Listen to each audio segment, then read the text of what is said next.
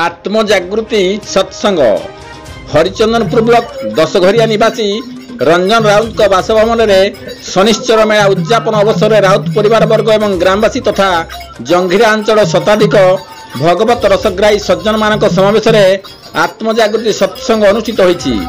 केन्दुझर जिला भागवत प्रचार प्रसार समिति सभापति आचार्य दशार्थी प्रधान मुख्य अतिथि रूपे योगदान करी जन समाज को उद्बोधन दे कहले जे देवदुर्लभ मनुष्य जन्मर परम लक्ष्य केवल परमात्मा प्राप्ति और भजन ताहार एकमात्र कर्तव्य।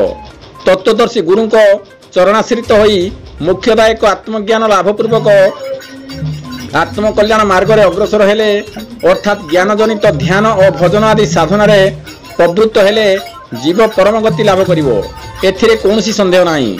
हरिचंदनपुर ब्लॉक भागवत प्रचार प्रसार समिति सभापति मार्कंड बेहरा और जंघिरा अंचल भागवत संकीर्तन मंडली महंत श्री पूर्णचंद्र पलई नेतृत्व में संध्या आलती कीर्तन करा जाई प्रार्थना स्वरूपानंद भजन तथा नाम संकीर्तन परिवेशन कराइतिला।